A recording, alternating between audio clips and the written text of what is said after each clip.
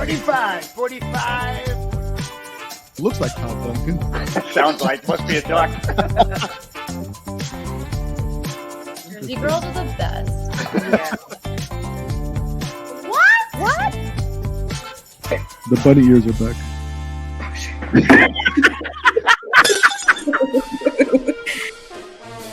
All right, welcome to another edition of Last Underneath the Podcast.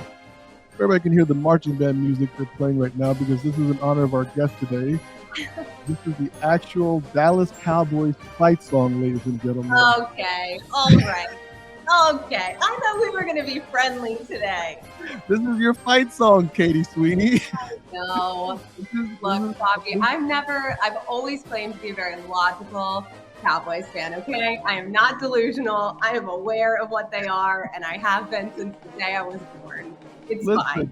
I mean, the funny thing is when I heard the song for the first time, I was like, hold on. That sounds like the Washington Redskins fight song. They stole the song too. They muscled their way into the NFC East, then they stole our song. I mean, God. It Is there no shame in Dallas? Okay, that's enough. Look, we know, okay?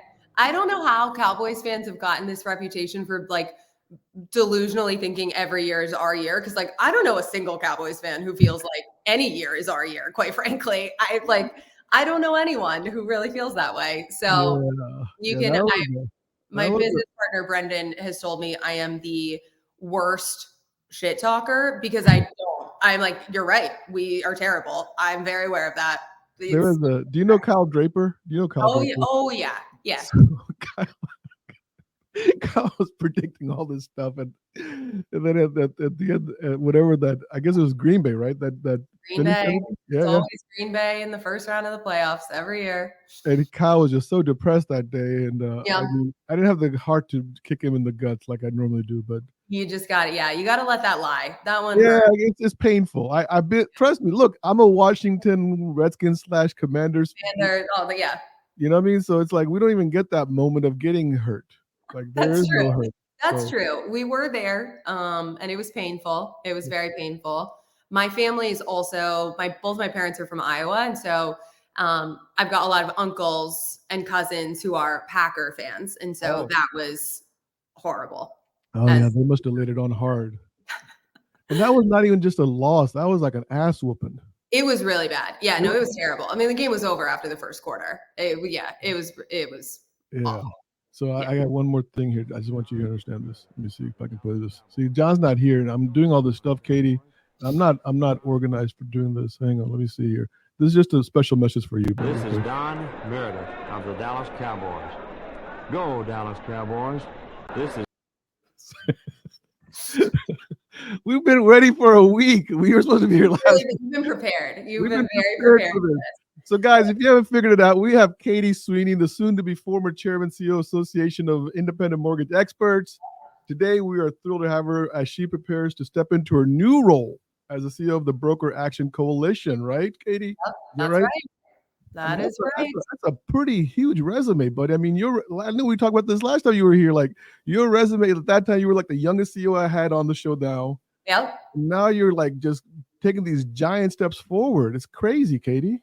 It's been really fun. And I think it's been a really good, look, the last time I joined you, I literally just stepped into the role at AIME, and it was a little tumultuous back then, right? I mean, anybody that's familiar with AIME is familiar with the evolution and how it all came to be. And that, back in the middle of 2020 and then rolling into 2021, there was so much unknown just in the world. And then you boiled it down to our little world, and it was even more chaotic there than I feel like it was out in the open. But it's been a really good chance the last few years, one, to just renew my commitment to the community that we have, right? I mean, I worked with you previously in retail spaces, consumer direct. I've worked in all different channels. Yep. I love mortgage brokers. I really do. There's a tenacity in this channel that I haven't experienced myself in other areas. Not to say it doesn't exist, but it hasn't been my experience when working with other channels.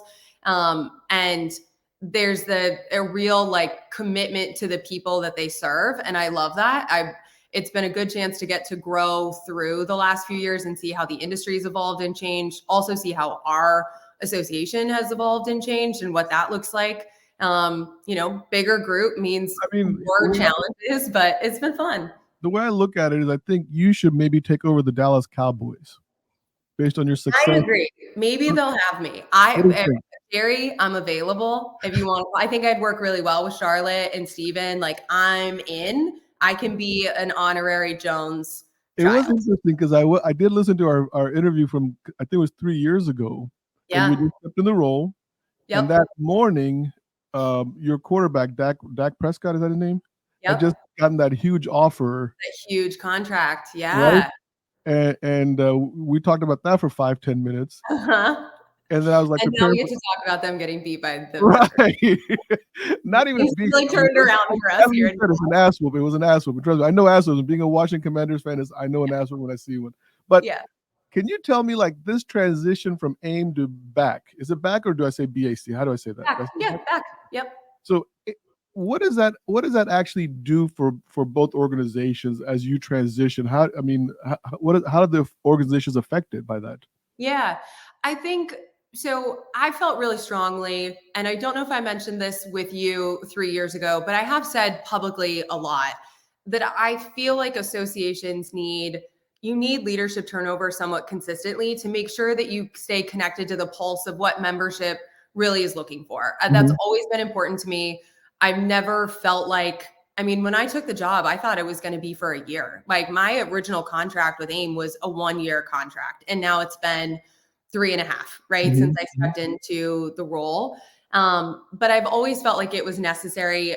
Last year really got to a point where I thought, I've built what I can build for AIME.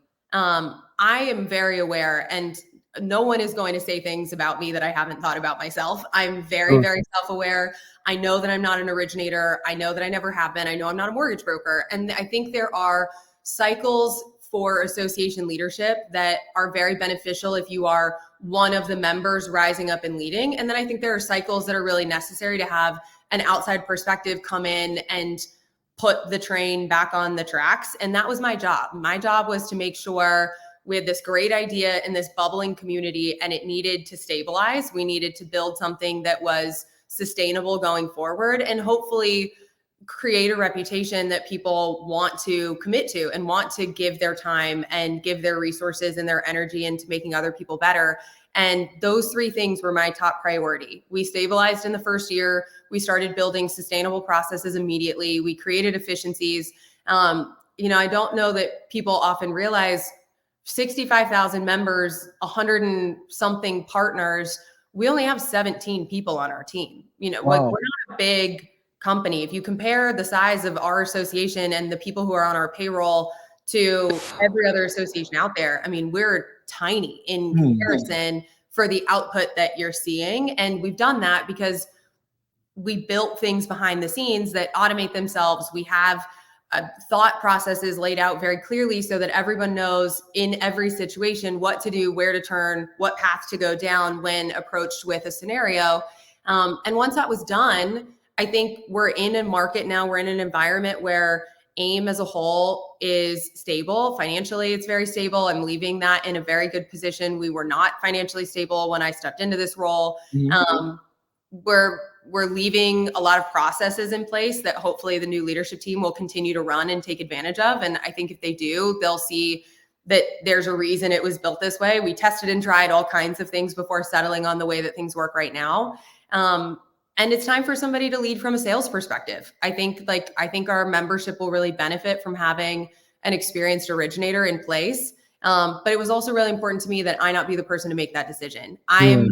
Have really fallen in love with and have always really cared about advocacy. I've always felt like it was something that was really important. I also feel like there's a big component of advocacy that's missing right now. I think there are associations that do great work to advocate on behalf of their association. I don't think there are any groups out there that are constantly advocating on behalf of home buyers. So what do you think, like, the biggest, like, when you talk about broker advocacy for home ownership, right? Yep. What do you think is like one element that or one position that you feel really passionate about that is not being really talked about or brought to the front line? I think there is So I think there's a lot of talk. I just don't think there's a lot of action. And that's where I think the discrepancy exists, right? Where our industry is very quick to say, yeah, we're not doing enough for Black homeowners. We're not doing enough for Hispanic homeowners. But like, who's doing something about it? Who's doing the research? Who's digging in and saying, I agree, we're not doing enough. Here's the first step. It doesn't feel like as an industry, there are very many people willing to take the first step and not just sit around a table and say, yes, we have a problem. Great. Now we've acknowledged we have a problem, but what are we going to do? And I think there's a lot of different ways to approach it. Advocacy for us, for Brendan and I, is threefold. We have our legislative vertical that is all about lawmaking, right? State, federal, doesn't matter. It requires an act of Congress, state or in DC. Great. We also have regulators and agencies, right? That don't really need lawmakers involved, but there's still official government bodies that we need to have relationships with and understand where they're going. But then there's also the industry side and industry advocacy and being able to say, okay, for the mortgage industry as a whole, what do we control that we're not making better, that doesn't require third parties to validate our opinion?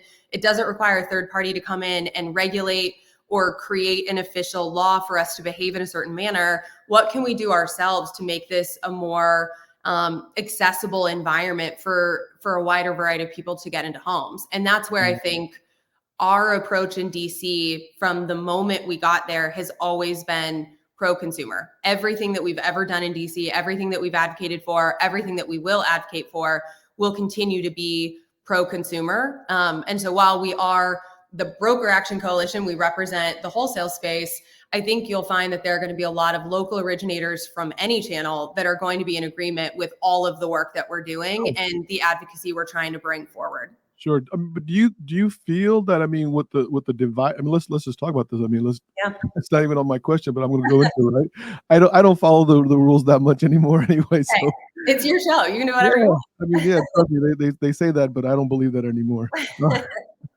With the divided Congress that we've now kind of have to live with today, especially me being here in DC, right? I get to experience it on a regular basis when I'm out and about and different things. I feel it. Is there a way that you can find a median for both parties to be able to say, yeah, this is something that we can get behind? Absolutely. And we have everything. Our approach has always been very bipartisan and will be. And I think you'll find our public comments have always said, I don't care what your politics are. I don't care what these members are voting for or not voting for outside of housing policy. Our only consideration when trying to figure out who to work with and how to partner with people is what is their approach to housing policy and what does that mean for financial services? And we've done that, right? I mean, I think the biggest example, trigger leads are obviously a hot topic and have been for quite some time. We worked really hard with a couple of different congressional offices at the beginning of the year. There were two different bills that were introduced, one from a Democrat, one from a Republican in the House, that immediately made a nonpartisan issue partisan, which was very frustrating to see. Basically the same concept where Democrats will only join the Democrat bill, Republicans will only join the Republican bill. But through a lot of extensive conversation, through working with people over the summer, the original sponsor of the Democratic bill has now dropped that bill, joined the Republican bill. We've gotten two other Dems to join the Republican bill as well. And it was introduced in the Senate bipartisan from the start, with both a Republican sponsor and a Democrat sponsor from the very beginning. It is possible, right? It takes time and it takes understanding and listening to what are the concerns and considerations of each group. And obviously something like housing shouldn't be Democrat or Republican. It should be something everybody's willing to have a conversation around. But your approach and the way that you talk about the issue changes depending on who you're talking to, right? And we know what people care about. And sometimes I think people don't really understand, like, even if you can get both parties to agree on a topic or something, it doesn't mean that the bill is actually going to get enacted into law. Right. So there was what was that Schoolhouse Rock? Remember back in right? I know I'm a lot older than you are, but there used to be like this thing that called "I'm a Bill." Yep. There was a song like that. You know what I mean? I remember the song. Oh, yeah. And so it's like it's got to go through all these different subcommittees, committees, gets to the floor, blah, blah, blah, blah. And it could literally sit on someone's desk for like years before it actually gets into law. That's exactly right. I will say with this one, because I think there's a lot of questions around trigger leads in general, there is a real possibility that this gets signed into law before the end of the year. And it is the closest that as an industry we have ever been. We're very aligned with the NBA and with a couple of other associations out there. The legislation that's been proposed that everyone is now working towards has full industry support, which matters, right? That makes a big difference because they're now bipartisan in both chambers, in both the House and the Senate. That also makes a big difference. Each of them has been referred to committee. So they're going to go under committee review here very soon. We've offered full write-ups to different members and staffers to help them understand what the impact looks like and what this means for consumers and how this not just impacting home buyers, but veterans, specifically first-time home buyers, first-generation home buyers, that there's a disparate impact to these groups of people that's even more significant than just consumers that are buying houses in general. And we've been able to work through all of that and really show through statistics. Here is what it's doing, and here's why it needs to be resolved. And we feel really good about it. I don't want to speak on behalf of any of the other groups that are working towards it, but I think the general sense is this is easily the closest we've ever been to getting this done. And there's a good chance that it happens before the end of the year. Yeah, and just in case the audience doesn't know, I mean, trigger leads are basically lead generation that is triggered by a credit pull. Correct. So if I pull a credit report for Katie today, per se, she could get 18 different phone calls from 18 different lenders that she never requested a phone call from.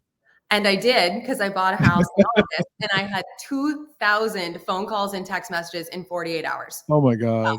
Jesus. It was insane. Absolutely insane.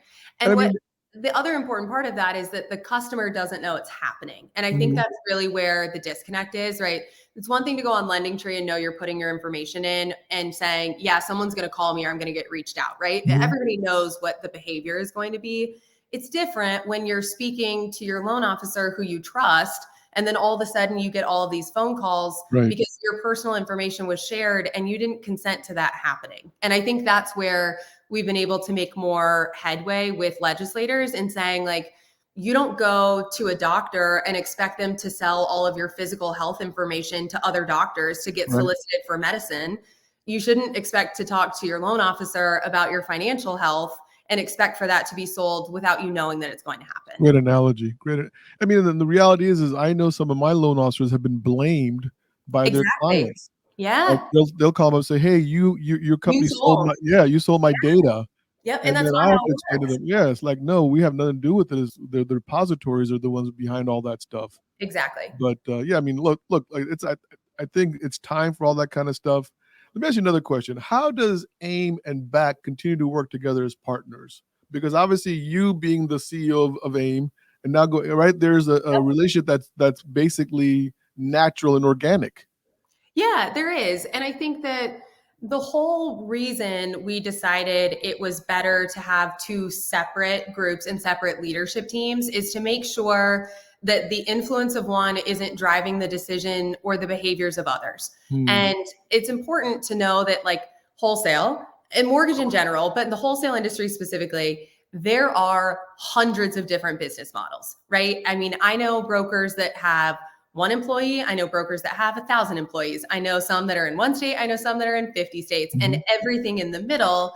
And so when coming up with advocacy and understanding who you represent, you want to make sure you're looking at the channel as a whole and not just the subset of a specific group of members. We absolutely will continue to advocate on behalf of AIME members, and we hope to continue that relationship going forward. That we have every intention to. And I think the new leadership team at AIME feels the same way. But we also want to make sure that we're, from our policy perspective, that we are considering the impact to brokers, the impact to lenders in the channel, because if our lending partners go away, there is no wholesale, right? I mean, you have to have both for the wheel to work, but also the industry, right? I mean, we want to understand when making change, is there an impact to the mortgage industry as a whole or to a certain set of consumers that isn't being considered? And those considerations are really difficult when you are representing one association and one association only, right? Because your duty is to your members. And so this really allows us to look at holistically what policy makes the most sense. How do we represent home buyers in the most effective way possible? How do we consider the impact in all of these different areas that are critical to the industry to continue to run? But also, we really want to ensure that our legislative agenda and that our goals stay consumer centric, and that we continue advocating on behalf of potential home buyers, and that we continue researching how we put action steps in place to make things better. And those are conflicting priorities, right? When you are the CEO of an association, but you're also trying to lead an advocacy group, sometimes those things are in conflict with one another. And each one of those groups deserves the time and attention and respect of having a dedicated leader that is solely focused on the priorities of that group. But you know what I was thinking when you were going through this is how many loan officers do actually appreciate the work that goes into this stuff. I mean, I know, like, look, right? I was a loan. Look, by the way, I don't know if you know this, but just a few days ago, I celebrated 30 years in the industry, January 4th. Congratulations. 30 years, right? It's a long time, right? I mean, my co-host who comes on the show every other time, she says, you're basically like a mortgage you just got paid off. I feel like a mortgage that just got paid off. So, I mean, how many loan officers are really cognizant of all the work that goes behind the scene for them to make an earning? I mean, like, it's kind of like mind-boggling when you're just going through what you're talking about, and how you're kind of like focused now on this, but it's representing that, and this is where it's connected, and I mean, all this stuff, and the loan officer is just like, I just want to close 2 loans. I just want to close my 2 loans. I think in our channel, more than you would think, are aware or at least curious about it, right? They want to understand how it all works because they're all small business owners, right? So it's one thing if you work at a company and, like you said, you want to come in, close loans, go home, that's your role. In the wholesale space, like, even originators who work at brokerages are still kind of their own business most of the time, right? They run a DBA that's completely separate. A lot of times they have their own P&L, or they're small businesses that want to understand when the market moves or when the industry changes, how that could potentially impact the business that they own and the people that they employ. So I think there's a stronger appetite for it over here than you'll see in other areas of the industry, where there are a lot of originators that want to do their work for their consumers and then spend time with their families or do other things, right? They're not concerned about how the industry works as a whole. We were when I brought Brendan on board to AIME a couple of years ago, we wanted to see, do people even care about advocacy? Because we didn't know the answer, right? I mean, AIME didn't have an advocacy component at the time.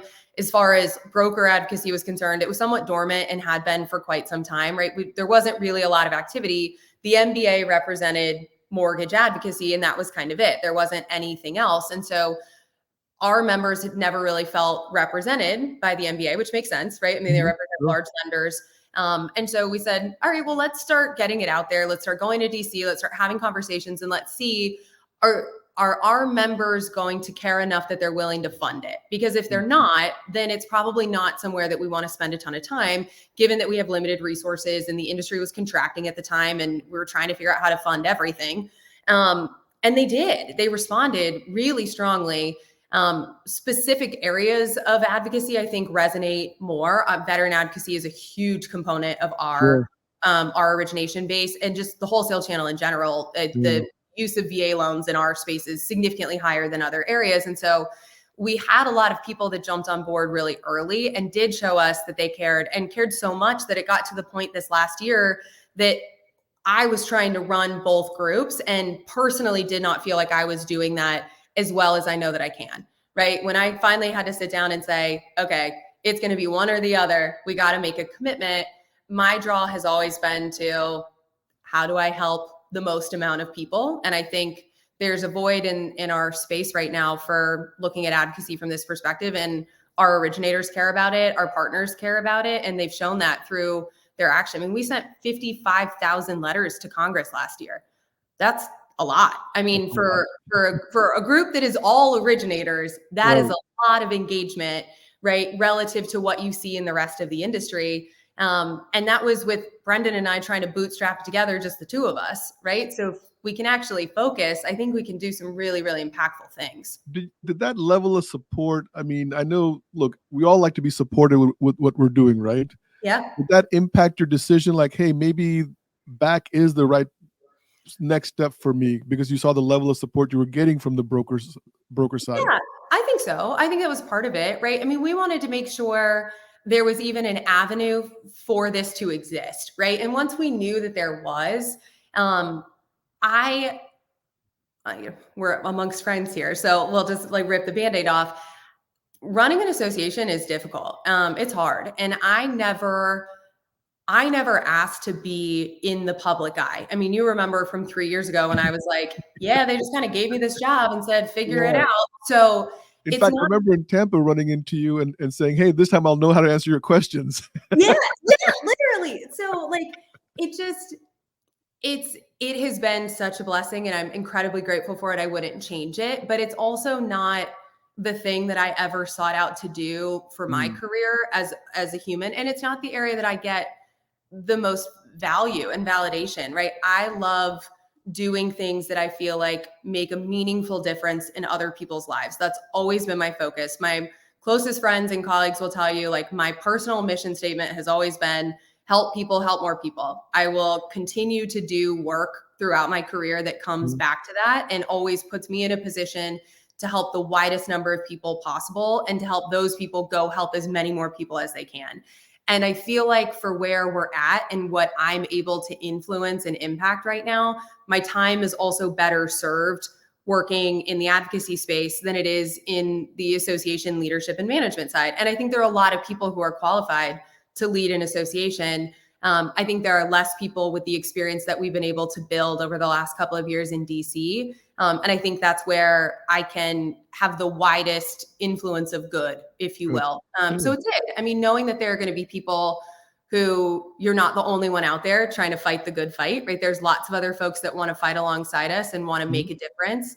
And they're clamoring for the opportunity to do so. And I get to build a stage for them to all speak on and tell stories from. And I think that's pretty cool. Yeah, that is. That's awesome. So Katie, we talked about this before the show. Let's talk about this for a second, right? Yeah. I don't want to not have this brought up. Let's do it. Some negative stuff talked about AIME, right? Yeah. And not coming from retail guys. No, right? no, coming from within the broker channel, right? Yep. And some of the quotes that I saw this morning, getting ready for the show, was like, okay, what's going on here? Like, why this negative, like, I guess, overture towards AIME from within? And one gentleman was talking about the bylaws aren't available to us. This happens, that happens. Obviously, look, UWM and the lawsuit that was announced this morning, last few days, that's been a negative sore point. Yep. So there, like, AIME is not without. I know you're exiting towards back, and I want to respect that, right? Yeah. But until April 1st, you're still the CEO. I'm not the CEO. I'm the chairman. Jonathan, right. Yeah, sorry, I'm the chairman. Right? Yes, I'm still involved. Yeah. And these comments were under your leadership. So I mean, I think it's fair that we talk about it because I think when there's good, there's always bad. That's just part of life, and there's okay with that. I'm like, I'm okay with that, right? Yep. How is that impacting AIME's future when the members are not I guess as enthralled with AIME and the way it's being run? Is that the right way to say it? So I think there's a couple things to clarify. First, like, every broker in wholesale is not a member of AIME. So there are a lot of people with opinions and they deserve to have them. Not every one of them is also a member of the association. So I do think we have to remember our job is to represent our members first, and to make sure that we're serving them in the best way possible.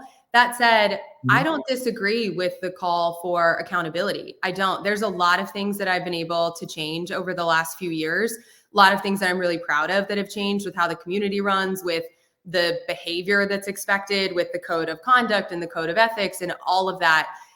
There are certain things that I don't have the ability to change unilaterally and probably shouldn't, but it also requires a group beyond just me to agree with moving the association forward. And I'm hopeful that in this window of time, these next couple of months where we have multiple members of the board now, that we can make some of the changes that I've wanted to make for quite some time. So I hope that I want people to know we hear you. I hear you. I agree with a lot of the things that are out there in the sentiment for more accountability in the space. And there is a difference in running a group that's 3,000 or 4,000 people and running a group that's 60,000 plus, right? There's a lot more opinions involved now. it is harder to make change quickly because we have to consider a wider variety of perspectives. And sometimes the loudest voices are not the ones that are going to agree with our decisions. And we have to be okay with that. But at the same time, I think each of those people would tell you that I have had conversations with them. I've reached out to a lot of them personally to try to understand where they're coming from and what they'd like to see, not just now, but over the last few years, right? These are not new discussions. Is AIME run democratically, or is it run more like one or two people? No, it's more like one or two people. So the bylaws were written in 2018, and those are the bylaws that we still operate under. So they're not, I inherited the rules, right? And I'm trying to play by the rules to the best of my ability. That's also not a popular opinion in wholesale when everyone runs their own business and can make decisions for themselves. And I fully respect that. That's a great point. Yeah. Right. And so I get it. This is not necessarily a group of people that like being told what to do or how to operate. But at the same time, I have responsibilities across the board in being in this position. I think that's something that most people would, even if they don't agree with how I've done things, I think people can respect the fact that there are a lot of opinions that play into the decisions that are being made. And every decision has always been made with the best interest of the association in mind. And I think that will continue going forward. I hope that it will. But I think it's also something we have to be aware. To call for me to unilaterally change things that you don't like also means that you have to be okay with me unilaterally changing things that you do like or doing things differently. And people are often okay to say, why don't you just change it? But not okay if I were to make a decision that they don't agree with because I didn't consider all perspectives. There's a balance, right? You have to have other voices in the room and other people at the table. And I've tried really hard to do that and bring as many people to the table as possible. But there's certain things that we have to follow the rules as they're written. And I don't like the rules any more than anybody else does. Trust me. This goes back to something I said to you on the last time you were on, right? 3 years, and I'm glad I watched that interview before you showed up here. I really am glad, because you were talking about how you had 30. I think you were 30,000 at that time, right? Yeah. And I was like, yeah, crazy nut job maniacs. So that's the word I used. And you're like, yeah, but lovable maniacs, lovable maniacs. They really are, and that's where I think. Because there's more conversations happening right now, it's easy to assume that they're all bad.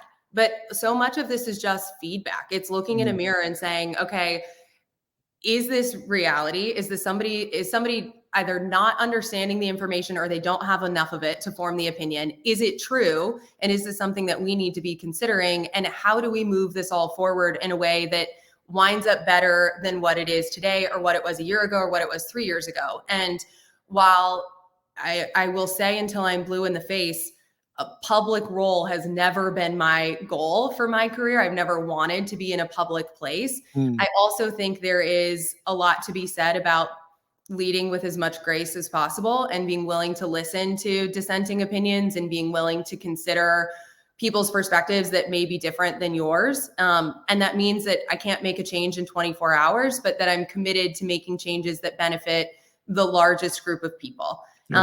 And the largest group of people. Leader. That's all you can do as a leader. I mean, there's nothing more to this. I mean, than that. I mean, quite honestly, think about this. Even mom and dad with 2 kids. Exactly. Right, just 2 kids. Right, you're gonna make one kid happy and the other one not happy. Yeah. Because you cooked his favorite food and not her favorite food. Exactly. It happens, right? But your goal is to feed your kids, right? And so as long as they're fed, you know that you did the best thing that you could do that day. Right.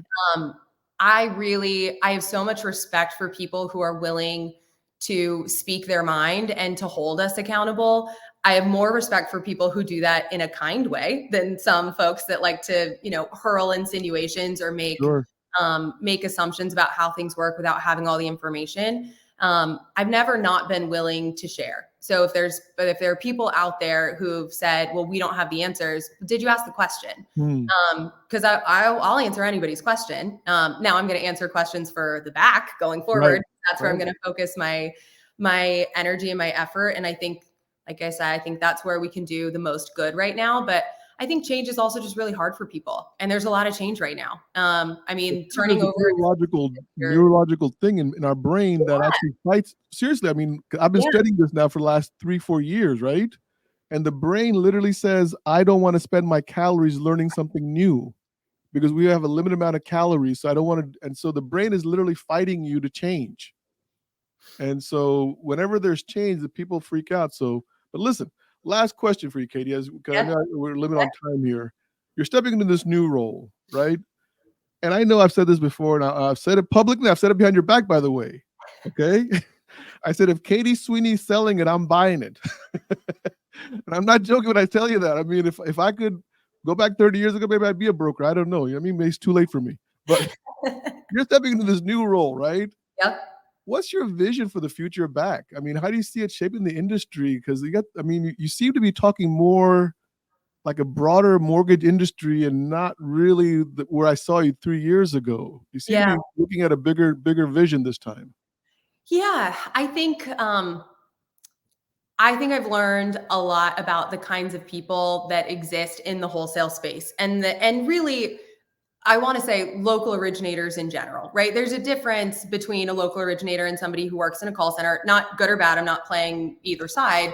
But local LOs, whether you work for a credit union or a retail lender or a broker, a local originator, they're often a lot of very similar personalities, and they're people who care about trying to get people into homes. And I have a lot of concerns about the industry's lack of willingness to call out its flaws and to address them head on and to make change. And I'm certainly not approaching this trying to create a lot of enemies, but I think there is something to be said for taking a look around and saying, okay, homeownership is not going the direction that we want it to go. As an industry, if people aren't buying houses, we don't exist, right? I mean, their mortgages aren't being written.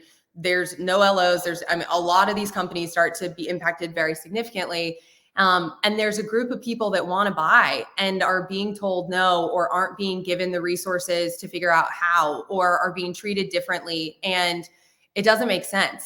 I am a smack dab in the middle of millennials, right? I'm 33, and I have seen so many of my friends still not buy homes and have no intention of buying a home because they don't think that it's possible for them anymore. And then my brother is on the cusp of Gen Z. He's 25. And so he and his friends are looking at it saying, oh, it's never going to be a thing. Like, we're not even planning to buy houses because why bother? We have two generations that are supposed to be funneling into where home ownership and where the mortgage industry goes in the future. And both have already decided this isn't even something for us to consider anymore because it's not available to us, or it's not accessible to our peers. We have an issue, and we need to fix that, and we need to fix it fast, because this is, if that trend continues and it hits a third generation of people, home ownership with how we think about it and how the industry works is dead. It doesn't move forward anymore. If the idea of the American dream dies and it no longer has anything to do with purchasing property or investing in a home to build wealth, and it shifts to other wealth creation avenues, then we lost the audience for good. And I do feel like there is a lot of advocating on behalf of the industry and not advocating on behalf of who the industry is supposed to serve. And that's where I think we can make a difference with the BAC. We have our, broader broker action coalition. We also have our military action group that is focused on veteran specific lending initiatives. We're launching a program in a couple of months in partnership with a few other veteran advocacy groups out there that will focus on policy proposals from homelessness to homeownership, and how do we address the gamut and really think about the person that's buying the house and not the process of buying the house. And what are things that we're not doing and haven't considered that we can be. And I think there's a greater calling for that. And I think that's something that most of the industry will be receptive to if done the right way, right? I'm not going to come here and start finger pointing right away and saying, you're not doing enough, you're not doing this, you're not doing that. But if we can have these collaborative conversations and we can sit down, where we're hosting a Black homeownership roundtable in the first quarter. We've got a couple of members of Congress that are coming. We're talking through bills that specifically impact the Black community in Atlanta and Detroit and a few other regions across the country. And in doing so, the goal is to invite 15 or 20 people that are from these communities to say, okay, what's really needed and why don't we have it? And how do we go get it, right? Let's not call people out for things that haven't been done in the past, but let's bring people together and call to action to create greater good going forward. And I think having a coalition and a group that just focuses on that can help bring people together and connect the dots and say, you guys are doing great work over here. How do we apply it to this group over here? And how do we take these ideas that worked in this region and get them over to this region?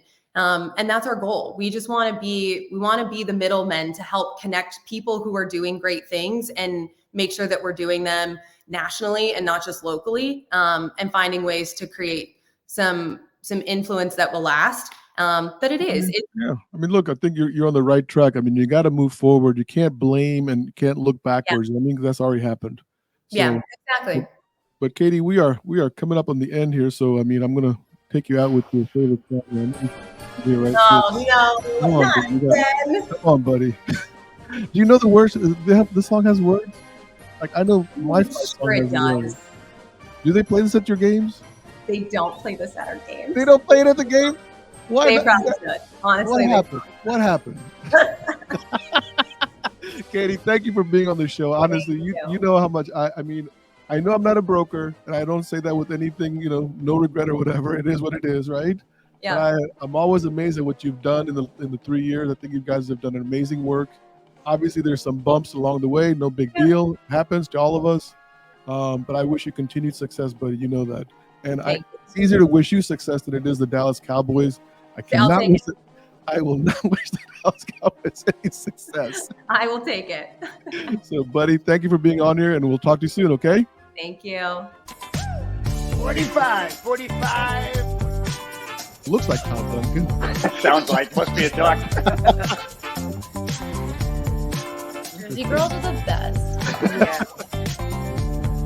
What? The bunny ears are back.